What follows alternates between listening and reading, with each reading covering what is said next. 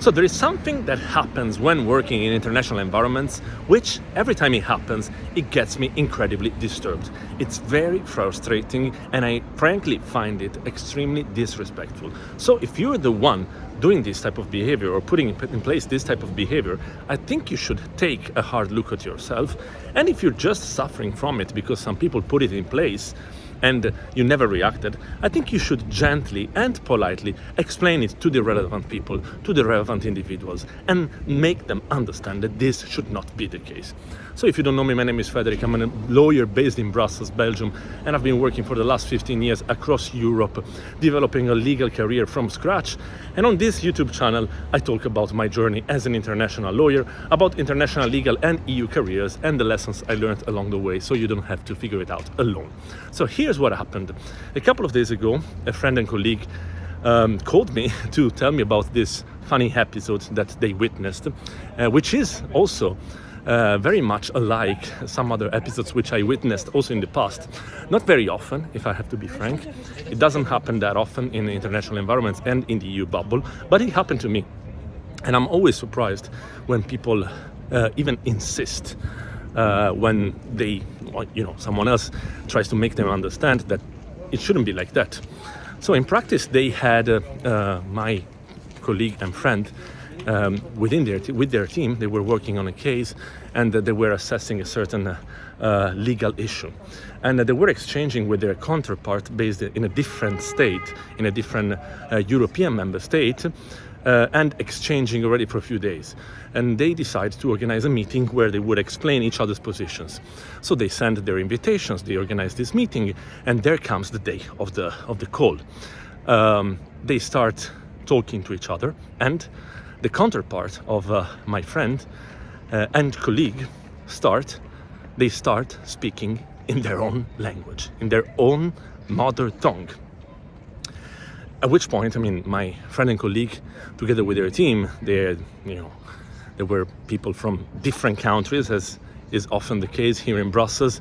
They were kind of in shock or surprised. They didn't know what to do, so they were just silent for a couple of minutes, didn't know what to say. And the counterpart, they continued to speak in their own mother tongue, at which point someone said from my colleague's team politely, look, can you at least speak English?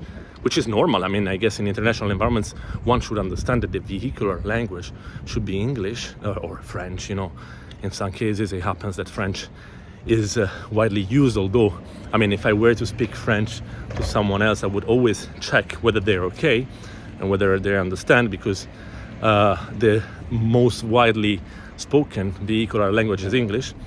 And so they said to them, look, can you speak in English? Because, we can't understand, we can't follow. And the counterpart, they were assuming that my friend and their team, they would speak their own language, or there would be someone at least speaking their own language and translating to the rest of the team, which is absurd. And I also witnessed myself situations where, we had to explain to people speaking different languages. And okay, I don't want to be absolutistic or generalize too much, but this, in my specific case, happened very often with the Southern Europeans, with Italians, or with, also French people. And as I said, this is only my experience.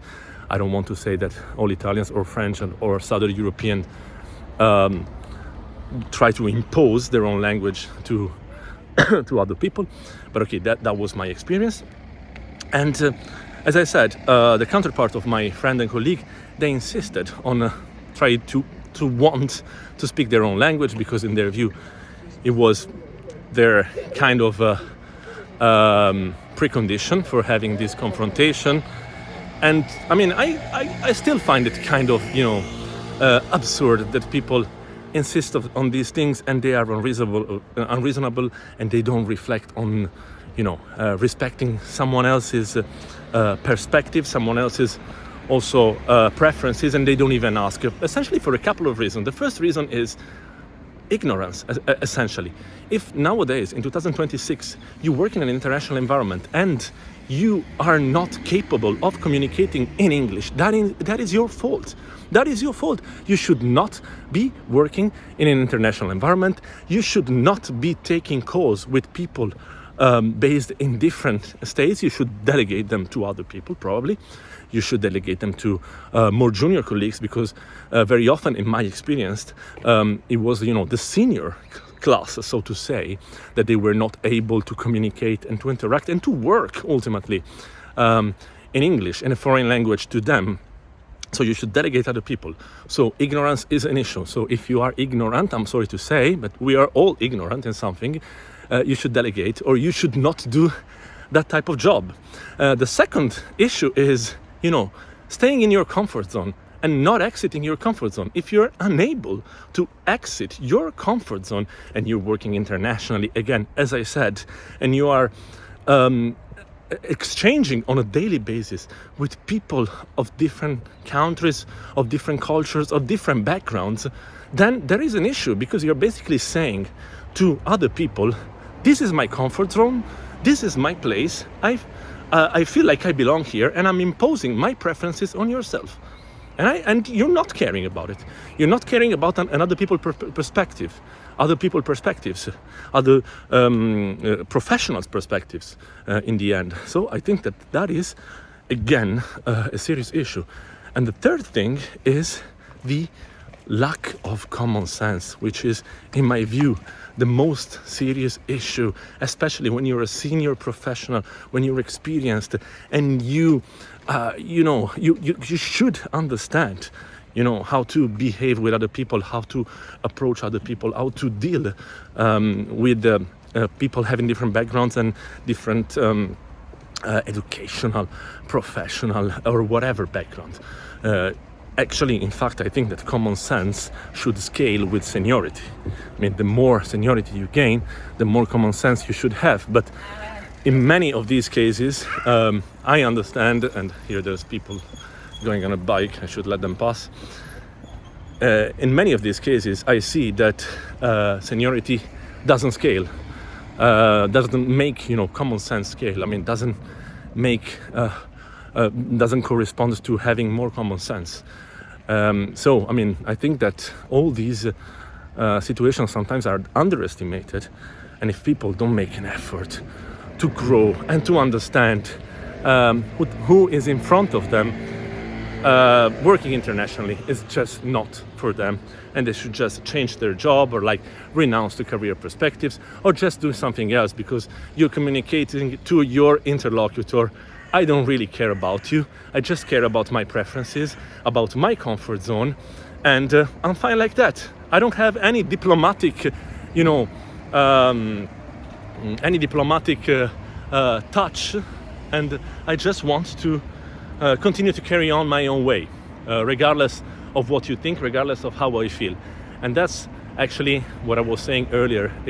I find it incredibly disrespectful. I don't know if you've ever witnessed anything like that in the past. If you work in international environments, whether it's legal environments or the EU bubble, I have to say, I mean, here in the EU bubble, people are quite polite and they adapt quite easily. But hey, that's the thing, precisely, of working internationally. You should be able to understand other people's perspectives. And if you don't, that's very bad. And you're not good for that job. In the end, you should, as I said, pick another type of career. So if anything similar to this happened to you in the past, you may want to drop it in the comments and even tell us your own story if you like. And if you enjoy this type of comment, as I always say, please like, comment and subscribe to the channel. This is the best way to keep this channel as alive as possible and to incentivize me to provide more and more content of this type. So thank you very much for bearing with me and for bearing with us. By the way, we just hit 900 subscribers and I'm so thankful to each and every single one of you. So keep staying here around, keep asking questions. I'll try to provide more and more content. Hopefully you like it. So as I always say, to the next one, peace.